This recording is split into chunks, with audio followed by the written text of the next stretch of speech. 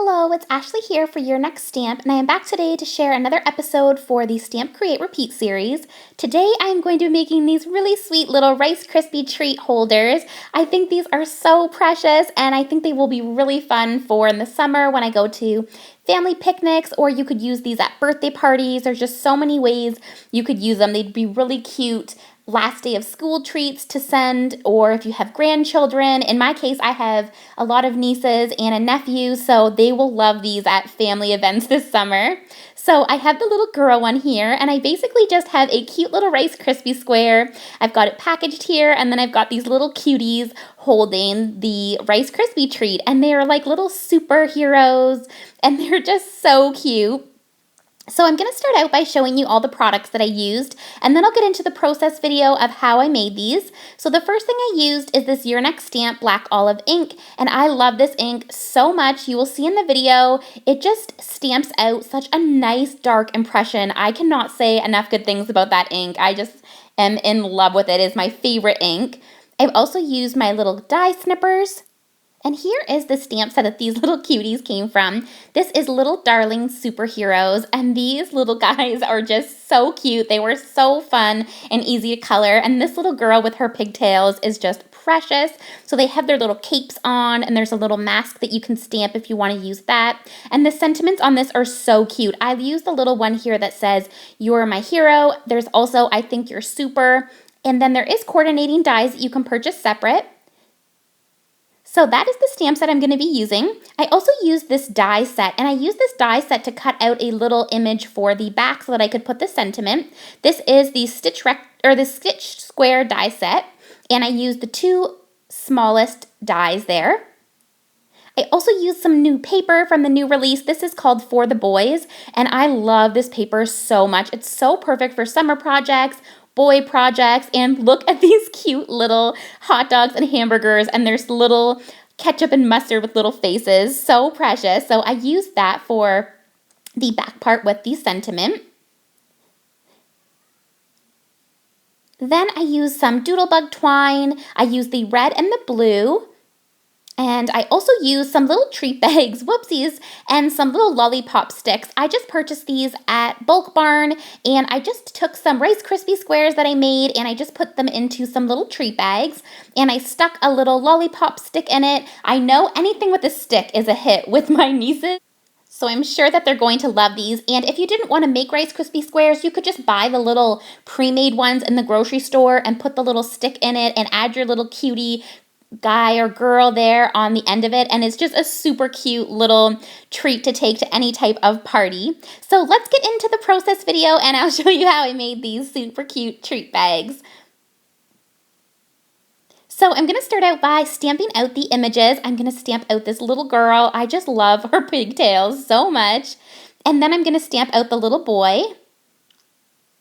And their hands are just so perfectly positioned to put anything in their hand. They're just so cute. And you know what? You could even use this to put a little suckler or a lollipop. And you could put those for Valentine's Day even. That would be so cute if you sent little Valentines and had these little cuties holding the lollipops. I just absolutely loved how their hands were positioned. So for the skin, I'm using E11, E00, and then blending that out. And then I use R20 for the cheeks. And I did the same skin tone for both the girl and the boy. I wanted to try to make them look like my little niece and nephew. And then I also did the same for the boy and added the red cheeks with R20, or the pink cheeks, and I use that for inside the mouth. Then for the hair, I'm just doing a full coat of E53. And I'm going to do a brown hair tone for them. You could just color it in like this if you're making a whole bunch of them and you don't want to have to color them all up, and you don't want it to take too long. You could just do one coat. It would look so cute still. Or you can do what I'm doing. I did a little bit of flicking motion with the Copic markers. So then I went in with E55 and just flicked from the roots and from the tip of where the hair goes. Then I used E57 just to darken it up a bit. And at any stage you could stop depending on the color of hair that you want the girl and boy to have. You could have stopped at the last stage, or you could stop at this stage, or you could keep going and making it darker and darker. So I just love how that looks. How cute is that? And then it has a really nice little shadow there, or like a highlight. So then for the blue, I'm using B29. And I'm using red and blue for both the girl and the boy. These would be so cute for the 4th of July, but I'm thinking that these are probably going to come to a Canada Day celebration with my family in the summer. So I think red and blue is perfect. And then I'm using B28 and B24 to blend that out. And then I do kind of like the opposite. So the girl's cape, I do blue, and then the boy's outfit, I do blue, and then I give the girl a red outfit and the boy a red cape, just to kind of like make them match, but a little bit different. So I'm using that same blue tone for the boy and girl. And now I'm going to use my red colors. So the red combo that I'm using is R39. And be really careful when you're coloring with red Copics, because if you put too much color, they always bleed. It's just reds bleed very easily. So make sure that you are careful that it doesn't go out of the lines. And then I used R27.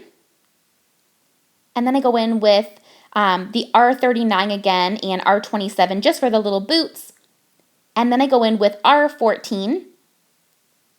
And you could color these up so many cute colors. How cute would that little girl look with a pink cape? That would be so adorable. I'm definitely going to have to do that. Then I just took my gold metallic jelly pen and put a little bit on the little belt buckle of the little belt. And then I'm just using my white jelly pen just to add a few accents on it. And then I'm adding the pigtails on the little girl in R39 and R14. And then I'm just doing her little gloves, her boots, and her little belt buckle in that blue color tone.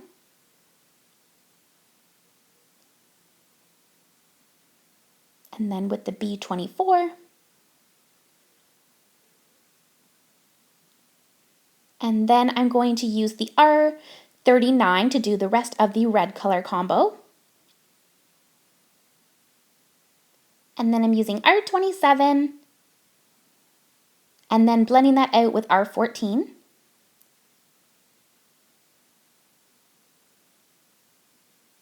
And there they are, all colored. So it was really simple to color them up. I colored them up quite quickly, and I definitely think it's manageable to do a few of these or quite a few of these for family events or picnics. And you know the big adults and the big kids are going to want these too. Don't even try to give them a plain Rice Krispie square, because you know they want one of these as well. So now I'm just taking my die cutting snips and snipping out these little dies. And I'm going to take some Post-it note tape to put these on, and then I'm going to run it through my die cutting machine. And I just use the Post-it note tape to make sure that it stays in place. And if you're going to be making a few of these, the dies are a really good thing to get so that it's nice and easy to cut through. So I cut through one more on white of all of those of the little girl and boy so that I can make it nice and sturdy later, so that it is a little bit thicker.